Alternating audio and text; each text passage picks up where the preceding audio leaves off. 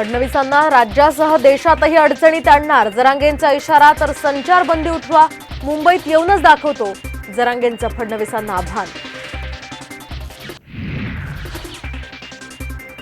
अंबडमध्ये संचारबंदी असल्यानं जरांगे पुन्हा अंतरवालीतील उपोषणस्थळी सहकाऱ्यांशी चर्चा करून उद्या पुढचा निर्णय घेणार. जरांगेंचे 3 सहकारी पोलिसांच्या ताब्यात. मुंबईला सागर बंगल्यावर जरांगेंसोबत जाण्यासाठी तयारी करत असताना ताब्यात घेतल्याची माहिती.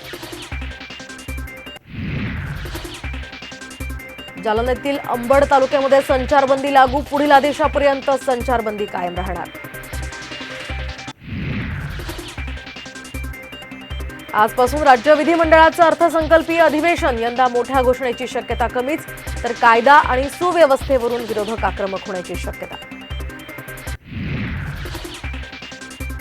आणि विकासाच्या प्रश्नासाठी एकत्र आलो, वरिष्ठांचा अनादर करण्याचा हेतू नाही, सत्तेत सहभागी झाल्यानंतर अजितदादांचं जनतेला पत्र.